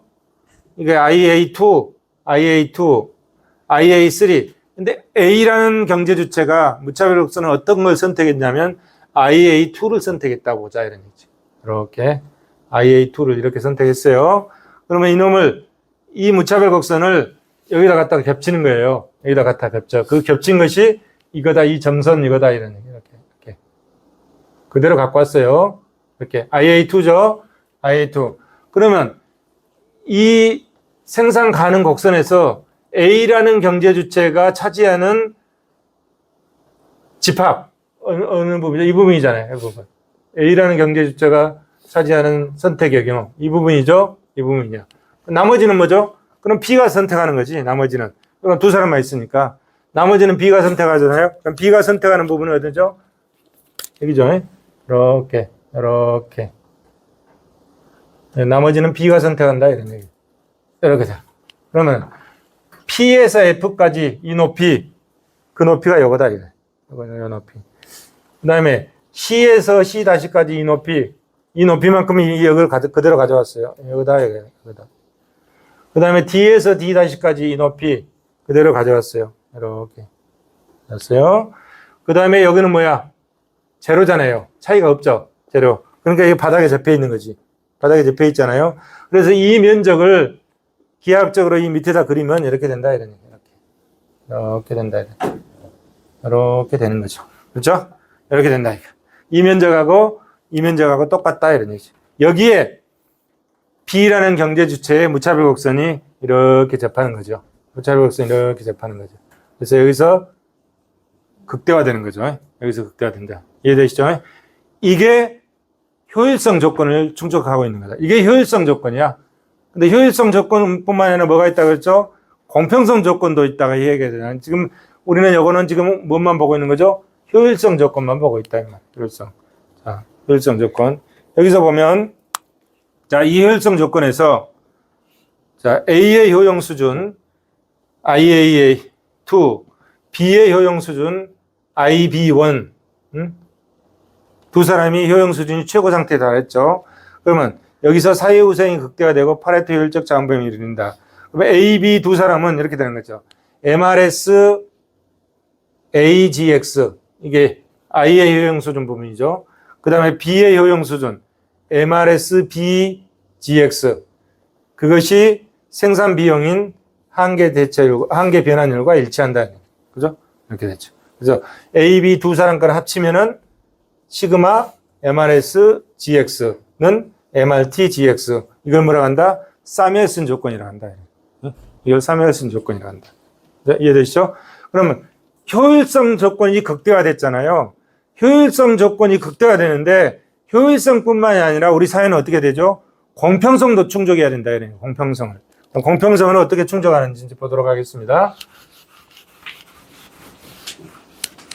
자, 효율성이 극대화됐으면 공평성도 극대화 만들어야 되잖아요. 효율성 조건. 자, 공평성 조건. 공평성 조건. 효율성뿐만 아니라 공평성도 충족되는 상황에서 발생된다. 사회 무차별 곡선과 한계 효용 곡선이 접하는 이점에서 우리가 첫째 시간인가 둘째 시간에 그 후생경제학을 설명할 때 했잖아요. 자, B의 효용함수, B의 효용, B.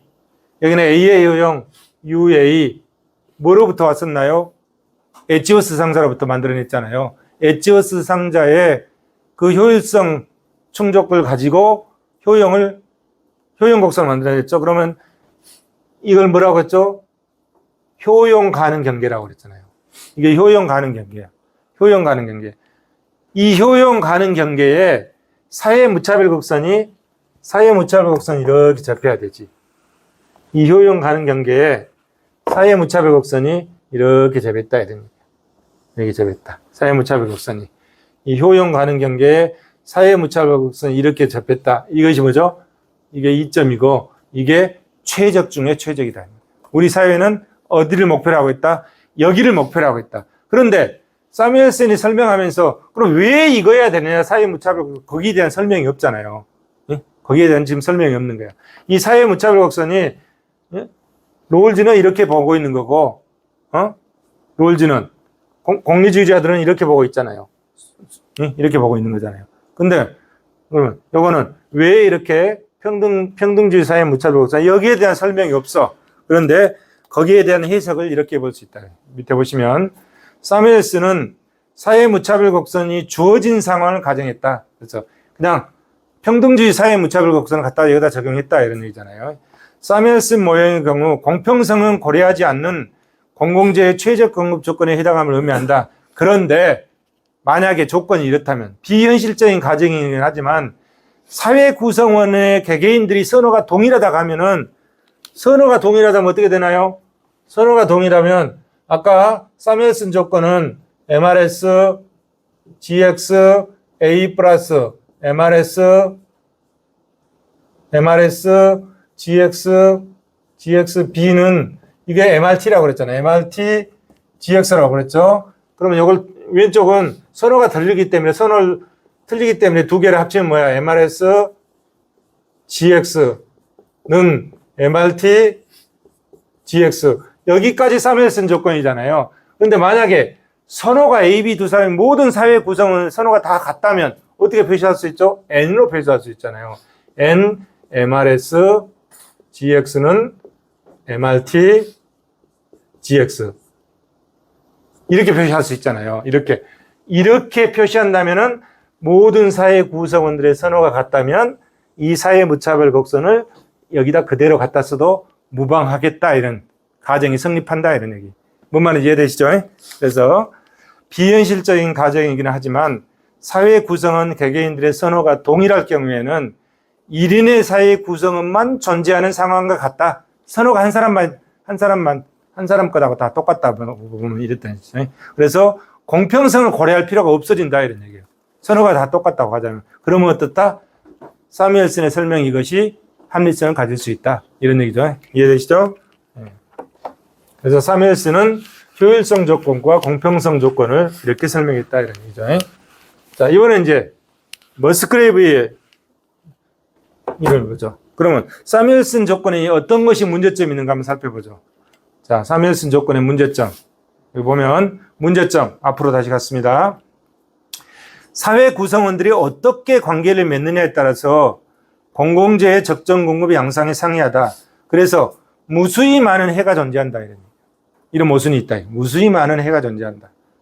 두 번째, 현실적 공공재의 규모 결정은 소득이 큰 자의 선택에 의해서 좌우되는 것이 일반적이다. 그래서 시장경제의 기본 가정과 상이하다.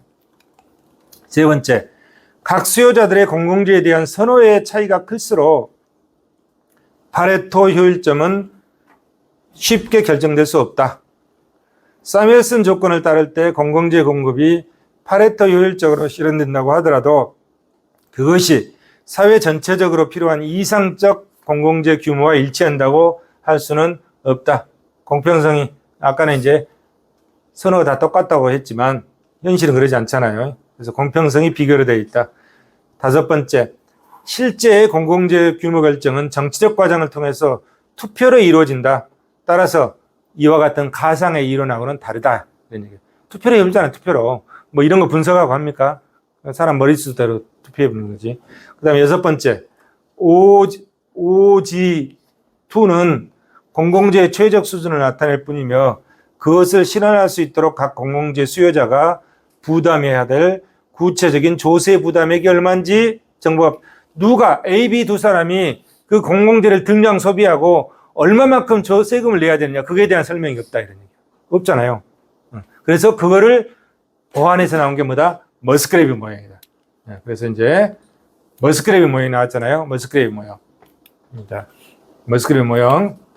사무엘슨 모형은 소비자 A, B 각각 공공재 공급 소요 재원 중 조세 부담의 언급이 없다 이거예요.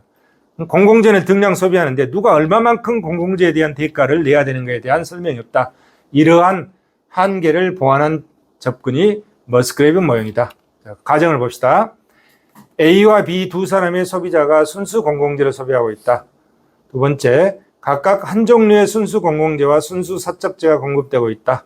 세 번째, A, B의 소득 수준은 사적재의 상대적인 보유량에 의해서 결정된다. A, B의 소득 수준은 사적재의 상대적 보유량에 결정된다. 이 가정이 잘 보셔야 돼요. 그다음 네 번째, 공공재의 공급량은 A, B의 선호를 반영해서 결정한다. 다섯 번째, 공공재의 공급 비용은 각 개인이 공공재 소비에 대해서 지불하는 조세 가격은 상이하다. 단점을 보완했잖아요.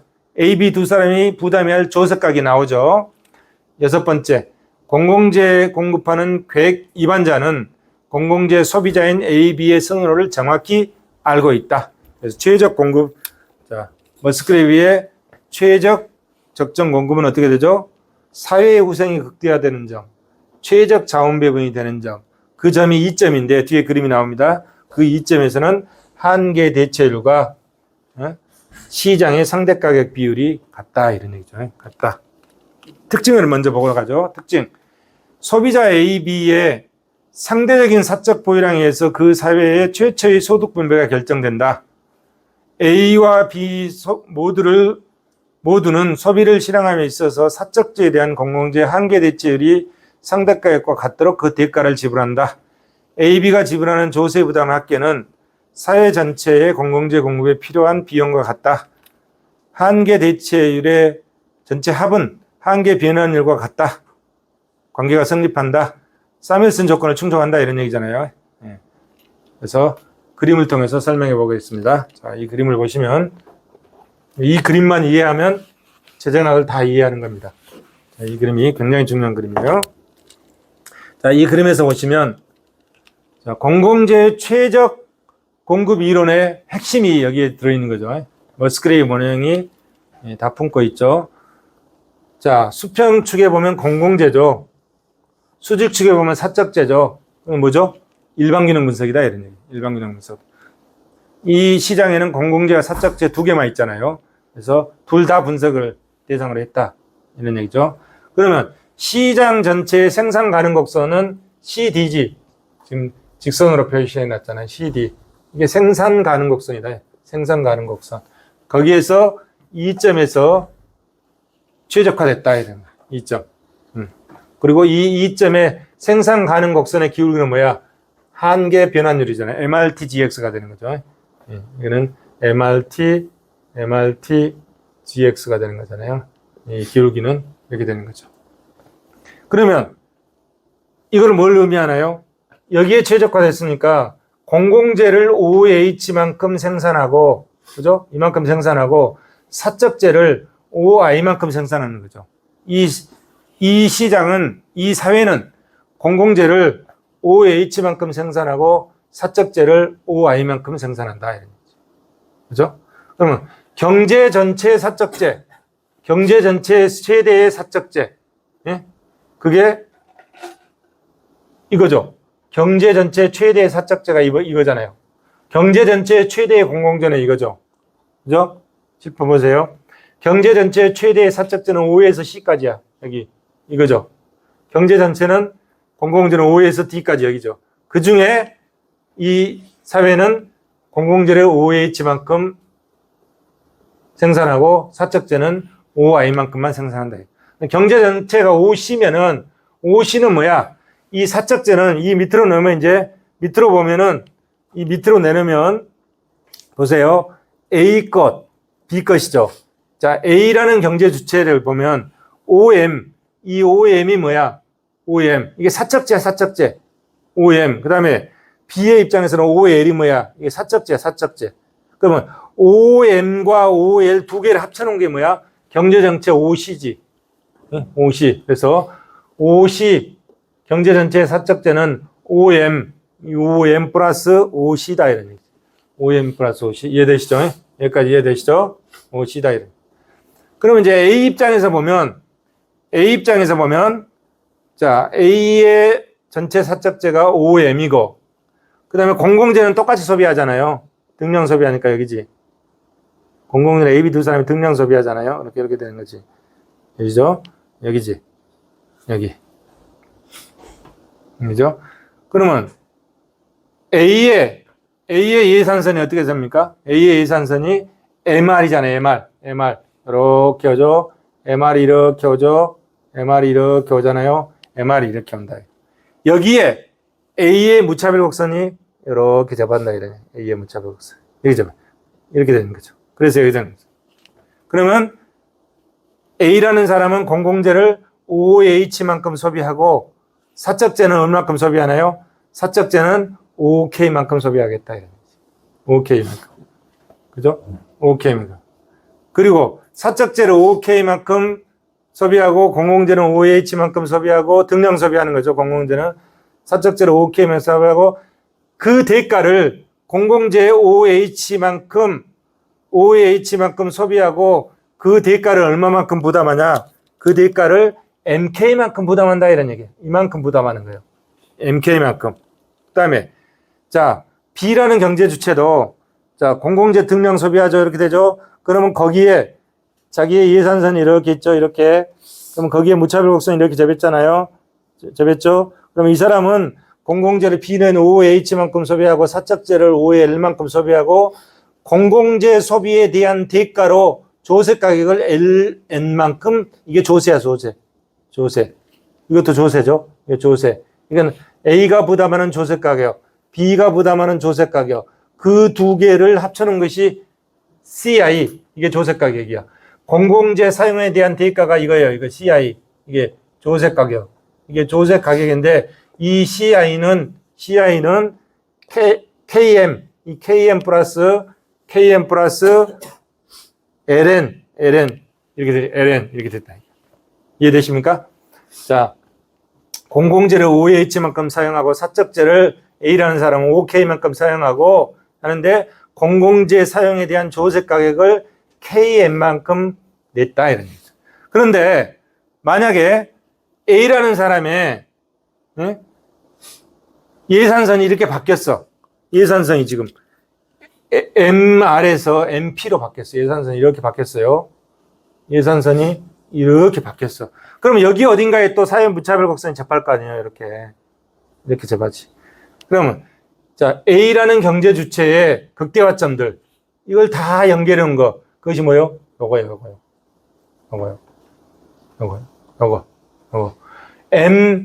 MFV죠. MFV 이거다 이거요. 빨간색.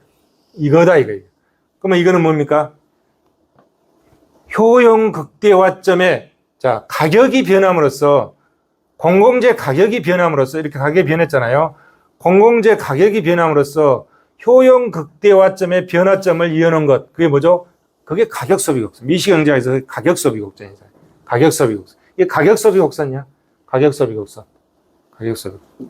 그러면 가격소비 곡선이 지금 이렇게 A라는 경제주체의 가격소비 곡선이 이렇게 가고 있잖아요.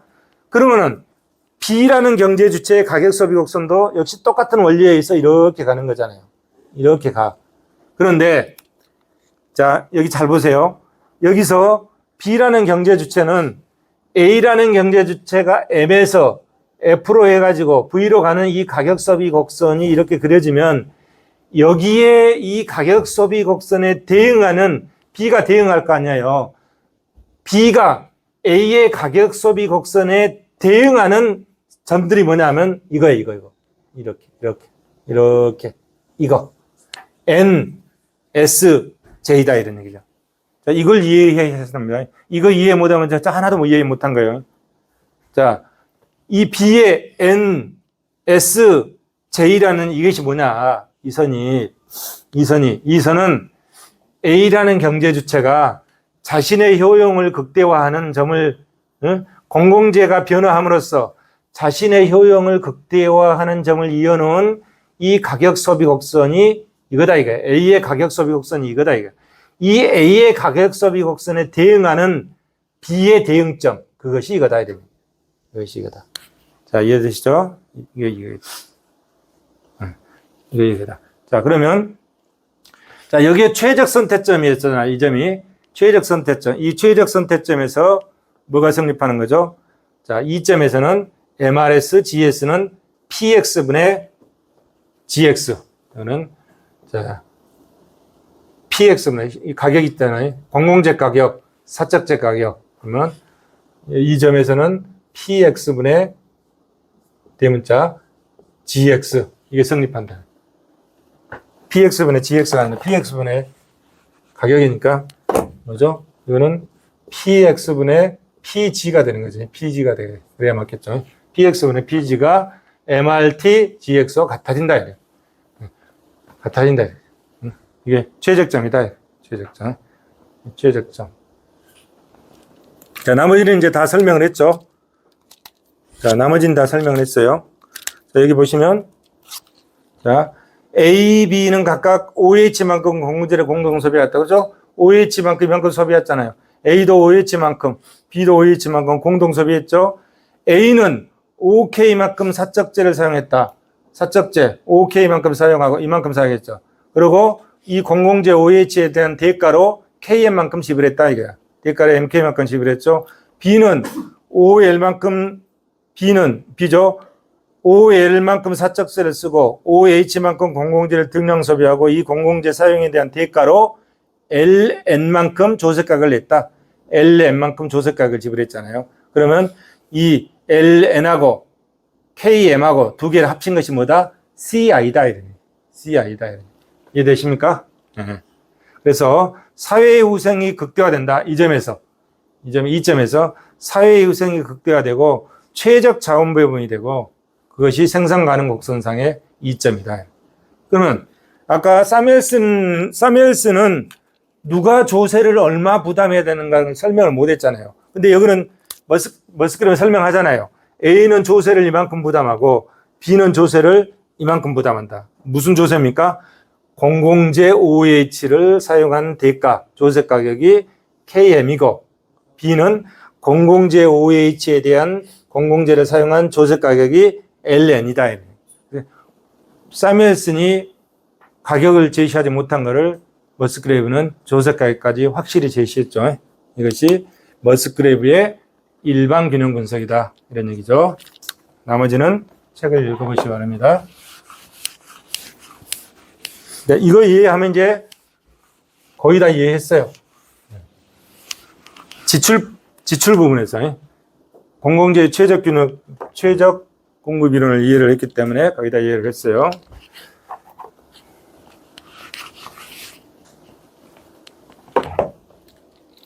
자, 그러면 이제 공공재는 비경합성과 비배제성의 특징이 있다고 그랬잖아요. 어떤 문제가 생긴다고 그랬잖아요. 무임승차의 문제가 발생한다. 나는 국방 혜택 안 볼 테니까 나 세금 안 내겠어. 뭐 이런 사람이 생길 수 있다. 여러분 중에는 없지만 그런 사람이 혹이라도 있을 수 있다. 그러면 자 봅시다. 무임승차의 문제의 성격. 사무엘슨과 린달 모형의 과정에서 각 개인이 공공재에 대한 진정한 선호를 표출한다는 비현실적인 가정을 깔고 있다. 그죠? 현실의 상황은 사람들이 공공재 혜택을 원하면서도 그 비용은 부담하지 않으려는 현상이 나타날 가능성이 있다. 가능성이에요. 근데 현실은 많이 그렇게 발생하죠. 무임승차의 문제. 비용 부담을 회피하기 위해서 자신은 그 공공재를 원하지 않는다고 말해놓고서 다른 사람에 의해서 공급되면 편승하고자 하는 경향이 있기 때문에 생겨나는 문제다. 사용재는, 사적재는 전혀 이런 문제가 생기지 않잖아요. 여러분 1층에서 캔커피 하나 꺼내 먹으려면 어떻게 반드시 돈을 내야 된단 말이에요. 돈을 내면은 그 돈에 대한 대가로 내가 사적재를 취득해서 소비를 하는 거잖아요. 근데 공공재는 그러지 않다. 돈을 안 내도 된다. 이게. 안 내도 될 것 같다. 이래. 공공재는 어떤 소비자가 자신의 진정한 선호를 왜곡해서 표출하면 이득이 발생한다. 왜곡 표출함. 배제 불가능성. 공공재를 생산하는 데 드는 비용을 전혀 부담하지 않는 사람에게도 소비해서 배제할 수가 없다. 이래. 그래서 이런 현상이 생긴다. 공공재 생산 어느 단계에서 자신은 공공재를 별로 원하지 않는다고 말해놓고서 비용 부담을 회피하는 사례들이 생길 수 있다. 이에 대한 해결 방안을 어떻게 할 것이냐. 민간 부분의 자율적인 시장기구는 공공재의 효율적 배분을 할 수 없기 때문에 정부가 이를 생산해서 공급한다. 근데 정부가 다 생산 공급할 수가 없잖아요. 민간 시장에서 해결할 수 있는 방안도 강구해야죠. 정부가 공공재에 대한 사람들의 선호를 파악해서 강제력으로 생산 비용을 거둠으로써 무임승차의 문제를 해결할 수가 있다. 이거는 가능성일 뿐 반드시 일어나는 것은 아니다. 개인들에 의해서 설립되는 박물관, 도서관, 연구소 그렇잖아요. 사람들이 박물관도 세우고 도서관도 세우고 연구소 세우고 이런 것들을 봐서는 이 무임승차 문제가 100% 모든 소비자에게 다 일어나는 건 아니다 이런 얘기잖아요. 자, 이거를 이제 용의자의 딜레마 게임으로 설명할 수 있죠. 무임승차는 용의자의 딜레마 게임으로 게임의 균형을 통해서 최적 균형을 잡아볼 수 있다. 자, 이게 뭔 말이냐면, 자, 여러분 미시경제학에서 나왔었잖아요. 자, 이 밑에는 생략하고, 자, 앞에는 김씨, 뒤에는 박씨죠. 앞에는 김씨. 자, 김씨가 비용 부담을 해. 박씨도 비용 부담을 해. 얼마씩? 홍수 방지 시설 비용 1,000만 원씩 부담을 해요. 그럼 얼마 이익이 나오나요? 자, 여기 보시면 둘이 1,000만 원씩 부담하면 완벽한 홍수 시설이 되고 홍수 피해 방지액이 편익이 1,500만 원이 생긴다 이게. 1,500만 원. 1,000만 원씩 비용을 내면 1,500만 원이 생기니까 1,500에서 1,000만 원 빼면 500만 원씩 이익이 생겼잖아요. 자, A 김씨하고 박씨가 이 홍수 피해를 방지하기 위해서 각각 1,000만 원씩을 부담하면 1,500만 원의 편익이 생기기 때문에 순수익이 500만 원씩 생겼다 이거야. 네, 생겼다. 이게 최적 균형이지. 근데 시장에서는 어떻게 균형해? 시장 균형은 여기서 이루어지지 않는다. 시장 균형은 어디서 있느냐면 두 사람 다 비용 부담을 안 해. 두 사람 다 비용 부담을 안 해버린다. 그리고 여기서 이루어진다 이러네. 여기서 이루어진다. 네. 한 사람만 비용 부담을 하게 되면 자, 비용 부담을 하게 되면 이렇게 된다 이거. 네. 750 마이너스 250 마이너스 250 750 이렇게 되죠. 그래서 이것이 사회적 균형이고 이것이 시장 균형이다. 이거. 그러면 이 시장 균형을 이 사회적 균형이 되게끔 하기 위해서는 누가 해야 되나요? 그것은 정부가 시장에 개입해서 할 수밖에 없다 이런 얘기죠. 그런 얘기예요. 이거를 이번에는 뭐로 설명했나요? 게임 이론을 통해서 설명해 볼 수 있다 이런 얘기입니다. 자, 뒤에 것도 마찬가지고 요 그 다음에 그러면 수요 표출 기구를 통해서 무임승차의 문제를 해결할 수 있다. 수요 표출 기구를 통해서.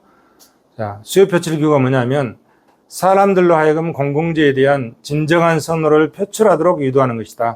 각자 부담해야 하는 세금의 크기는 그 자신이 표출한 선호와 무관하게 결정한다.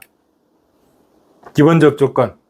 자, 이런 이 식의 여기 보면 정직한 선호를 표출한 경우 공공재의 공급 수준. 식이 좀 복잡하죠. 이 식이야.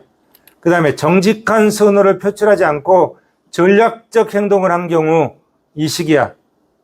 이 식에 대한 설명은 생략할게요. 뒤에 가면 사례를 통해서 공공선택 이론에서 쉬운 사례를 통해서 이것을 금방 이해할 수 있게끔 설명할 수 있거든요. 그래서 이 설명이 길어지니까 이거는 공공선택 이론에서 사례를 통해서 보도록 하겠습니다. 그리고 여기 보시면 누군가 부담해야 할 세금의 크기는 남들이 표출한 선호에만 의존할 뿐 자신이 표출한 선호와는 무관하다. 그렇잖아요. 내 선호와 무관하게 다른 사람들이 객관적으로 표출한 선호에 의해서 결정되게 만든다. 왜? 뭐 때문에 그러죠? 내가 거짓말할 수 있으니까. 내 의견을 뺀다 이런 얘기지. 그렇게 해서 의사결정을 하면은 이 문제가 해결되더라 이런 얘기야. 그래서 그거를 뭐라고 하냐? 클라크 조사를 한다. 클라크 조사. 진정한 선호를 표출하는 것이 우월 전략이다. 수요 표출 기구의 구체적인 예가 바로 클라크 조사다. 이 클라크 조사에 관한 설명은 공공선택 이론에서 하도록 하겠습니다. 자, 이건 뭐야? 간접적으로 공공재의 수요를 추정하는 방법. 여러 가지 방법들이 있잖아요. 자, 국립공원을 이용하기 위해서 특별한 장비가 필요하다. 그럼 장비가 팔리면은 국립공원의 이용자 수를 추정해 볼 수 있잖아요. 뭐 이런 것이죠. 이런 식으로 간접적으로 추정해 볼 수 있는 거예요. 공공재와 사적재의 보완성을 통해서 이 보완성에 착안해서 소비자가 사용재에 대해서 선호를 표출한 것을 간접적으로 추정해 볼 수 있다. 이런 얘기죠. 사용재의 성격을 갖기 때문에 소비자는 자신의 진정한 수요를 표출한다. 소비자는 그 장비의 구입 행위를 통해서 국립공원에 대한 선호를 자신도 모르게 표출한다. 장비 거래가 장비를 거래하는 시장 자료를 모아서 이론적 방법을 통해서 공공재에 대한 수요를 추출할 수 있다. 이 방법은 공공재와 사용재 사이에 뚜렷한 보완성이 있는 경우에만 적용이 가능하다는 한계가 있다. 그 다음에 공공재 게임의 행태 경제학적 접근. 이건 뭔 말이냐면 우리 전통적인 경제학은 이거잖아요. 우리 항상 보듯이 수요 곡선과 공급 곡선이 만나서 가격이 결정되는데 여기에 가격이 결정되는데 이건 뭘 전제로 깔고 있죠? 이익성과 합리성을 전제로 깔고 이 논리가 전개된다. 그렇잖아요. 이쪽 가게는 효용을 극대화하고 기업은 이윤을 극대화한다는 이익성과 그 이익성을 바탕을 두고 그 경제 주체들이 합리적으로 행동할 것이라는 가정하에 경제 이론을 전개하고 있다 이런 얘기죠. 그죠? 그래서 이 가정이 맞다면 공공재에 대한 무임승차가 일어나는 것은 당연하다. 그러면 행태 경제 이론은 뭐냐? 자, 이 가정에 문제가 있다. 이 가정을 푸는 거지. 경제 주체들이 꼭 합리적이지만 않더라 이런 얘기야. 경제 주체들이 합리적이지만 않더라. 그래서 여기 보시면 자, 현실의 인간은 정말로 완벽하게 이기적이고 합리적으로 단정하기가 어렵다. 행태 경제 이론은 전통적 경제 이론의 기본 가정, 이거 이기성과 합리성에 의문을 제기하고 행태 경제 이론에 따르면 현실의 인간이 언제나 이기적으로 행동하는 것은 아니며 완벽하게 합리적이지도 않다. 공공재와 관련해서 언제나 무임승차가 발생한다는 주장에 의문을 제기한다. 공공재 게임. 공공재 게임이라는 실험을 통해서 사람들의 행태를 관찰해 보면 무임승차자의 명제가 꼭 들어맞는 것은 아님을 알게 된다. 실제로 공공재 생산을 위해서 자발적으로 기여하는 태도들이 나타난다. 아까 얘기했던 도서관, 박물관, 개인들이 많이 이런 것도 설립하잖아요. 물론 또 어떤 사람은 상속세 줄이고 증여세 줄이기 위해서 하는 경우도 있어요. 발생한다 이래. 자, 그럼 공공재 공급 주체 측면에서 공공재를 그러면 꼭 정부에서만 공급해야 되느냐?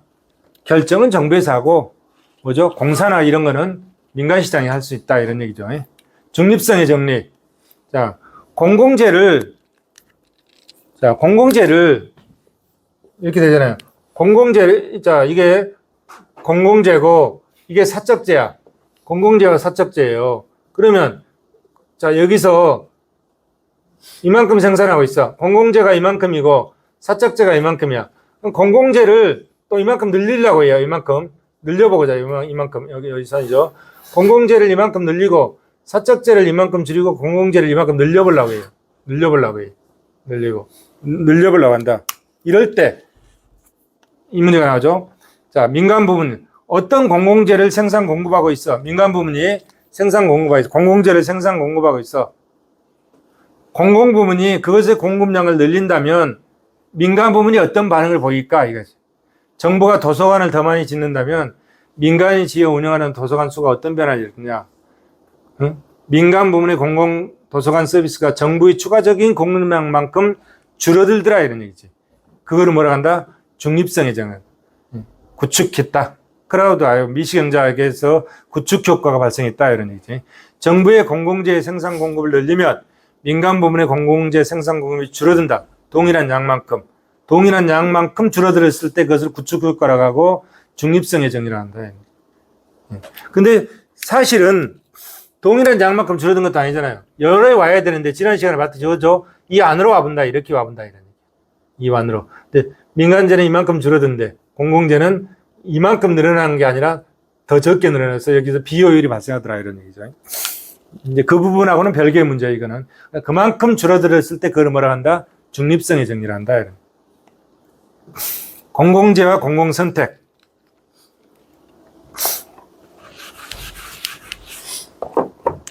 물 한 모금 먹고. 지금 몇 시죠? 12시 3분에 조금만 더 하고 마무리 하죠.